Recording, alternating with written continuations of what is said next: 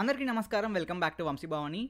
అన్న అదేంటన్నా ఇవాళ ఏఐ గురించో, ఐటీ కాంటెంట్ గురించో కాకుండా ఇంటర్ గురించి మాట్లాడుతున్నావు అంటే, గైస్ నా దృష్టిలో ఒక స్టూడెంట్ తన కెరియర్లో జెన్యూన్గా హెల్ప్ కోరుకునేది, జెన్యూన్గా తను కన్ఫ్యూజ్డ్గా ఉండేది ఓన్లీ 2 టైమ్స్. ఒకటేమో తన 12th కంప్లీట్ అయ్యాక, రెండోదేమో బీటెక్ అయిపోతుంది ఇంకా జాబ్ రావట్లేదే అనే టైంలో, 4th ఇయర్ ఎండ్లో ఆర్ జస్ట్ పాస్ అవుట్ అయ్యాక బాగా కన్ఫ్యూజ్డ్గా ఉంటారు. సో ఆ కన్ఫ్యూజన్కి కొంచెం నా తరపున హెల్ప్ చేద్దామని చెప్పి ఈ వీడియో చేస్తున్నాను. రిజల్ట్స్ వచ్చాక నాకే పర్సనల్గా ఒక 5-6 కాల్స్ వచ్చి ఉంటాయి. కాబట్టి చాలామందికి ఈ గైడెన్స్ కావాలి. అయినో మీకు హెల్ప్ అవ్వకపోవచ్చు, so skip it.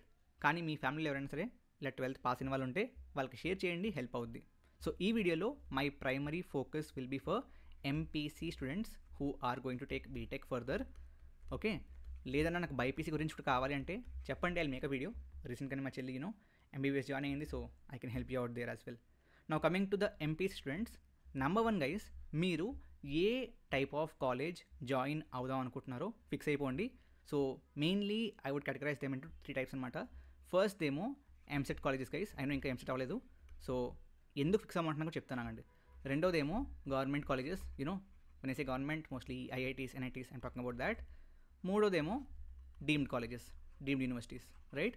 Private universities which are big in size, right? So either EAMCET కాలేజెసా, గవర్నమెంటా, డీమ్డా, ఫిక్స్ అయిపోండి. గవర్నమెంట్ వస్తుందో రాదో ఈ టైంకి మీకు అటువైపు ఉంటుంది. So don't let your self. ఇంకా ఎంసెట్ అవ్వనప్పటికీ, JNTU వస్తాలో తెలియనప్పటికీ, మీ JEE స్కోర్ బట్టి, మీ ఓవరాల్ ప్రిపరేషన్ బట్టి మీకు గవర్నమెంట్ వస్తా రాదా అని చెప్పి మీకు అటువైపు ఉంటుంది, ఒక ఐడియా వస్తుంది. కాబట్టి ఫిక్స్ అయిపోండి. ఒకవేళ రాకపోతే ఇట్స్ ఓకే, ప్రస్తుతానికి మీ చేతిలో ఏం లేదు. నా కమింగ్ టు ఎంసెటా, డీమ్డా. ఒకవేళ డీమ్డ్ అనుకోండి, ఆల్రెడీ ఎగ్జామ్స్ రాసేసి ఉంటే ఓకే, లేకపోతే ఆ ఎగ్జామ్స్కి బాగా ప్రిపేర్ అవ్వండి. వాటి ప్రీవియస్ ఇయర్ పేపర్స్ నెట్లో దొరికేస్తాయి, వాటిని చూసుకుని ప్రిపేర్ అవ్వండి.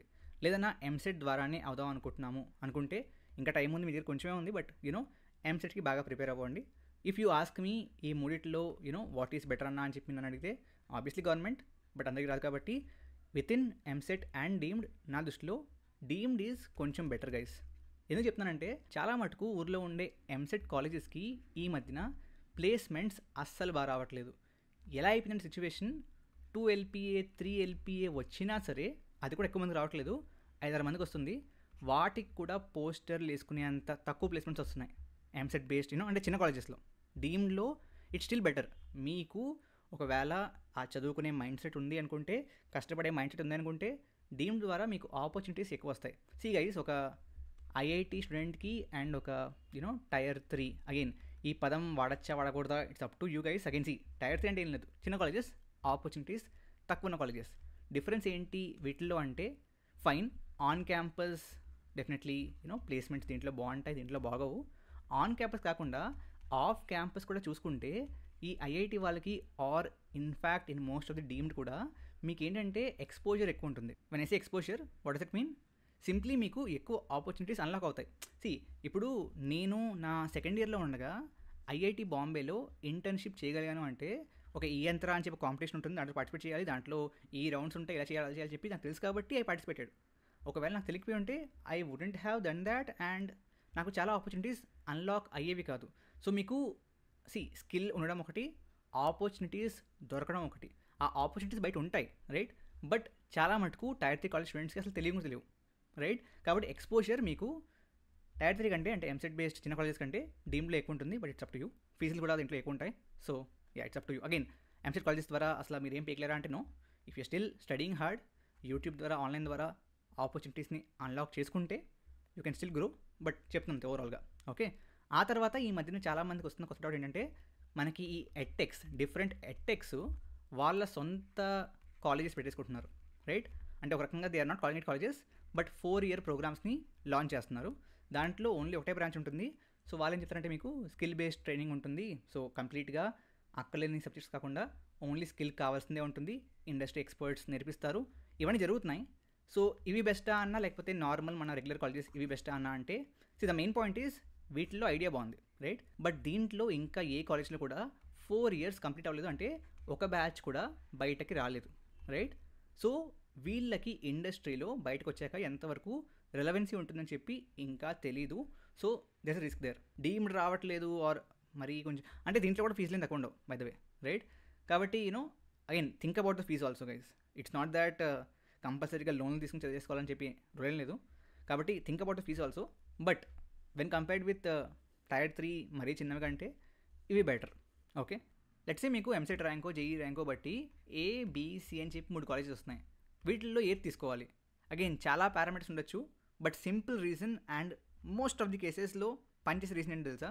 Look at just the previous year cut offs. ఈ కాలేజ్కి ప్రీవియస్ ఇయర్ కట్ ఆఫ్ ఎంత, దీనికి ఎంత, దీనికి ఎంత. దేనికైతే కట్ ఆఫ్ తక్కువ ర్యాంక్లో ఉందో that's a little better college for example, because that's why తక్కువ ర్యాంక్ వచ్చిన వాళ్ళు ఆ కాలేజ్ని తీసుకున్నారు. That's a most easiest way guys. అది కాకుండా ఇఫ్ యూ వాంట్ దాంట్లో ప్లేస్మెంట్స్ని కంపేర్ చేయొచ్చు, compare the infra, compare the fees, అదంతా చేయొచ్చు. బట్ ఆన్ హై లెవెల్ 3 కాలేజెస్లో ఏ కాలేజ్ బెటర్ చెప్పాలి అంటే one thing is the previous year cut off, and రెండోదేమో you can even compare the NIRF ranking, right? These 2 are the main factors.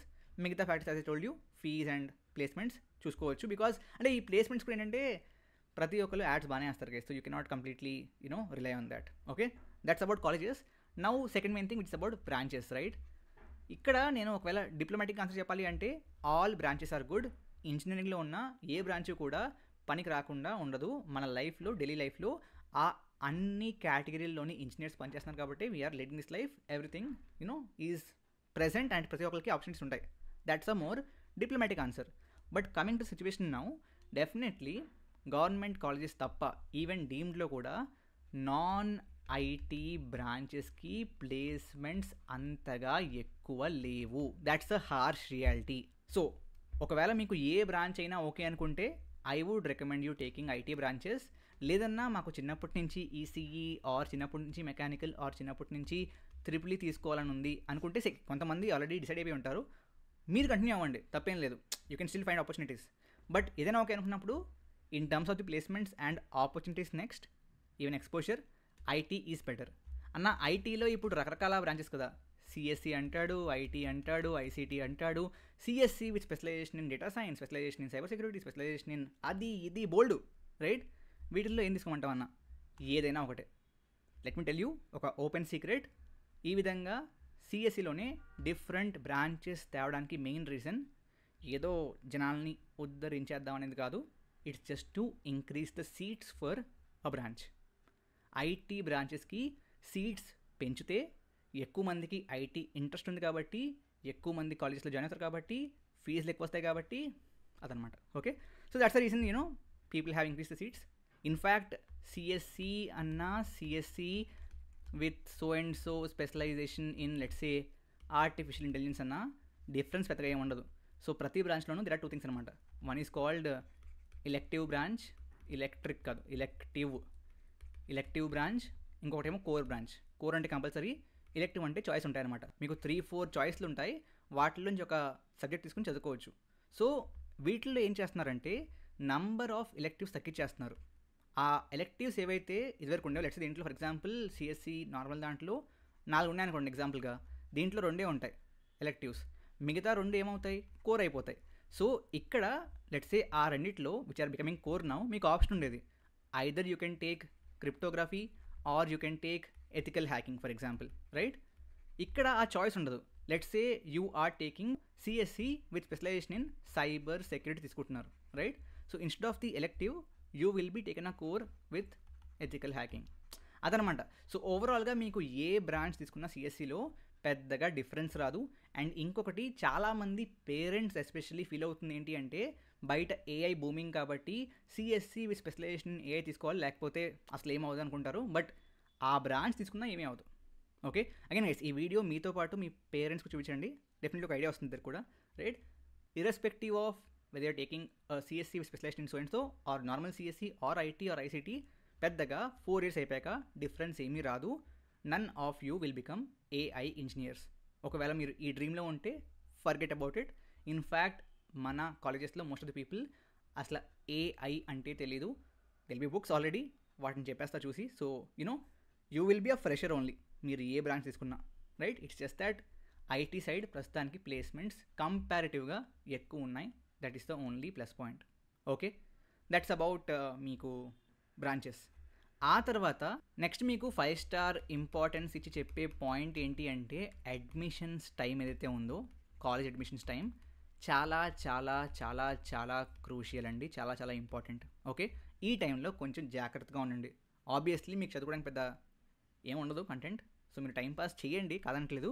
But admissions dates ఏవైతే ఉంటాయో జాగ్రత్తగా చూసుకోండి.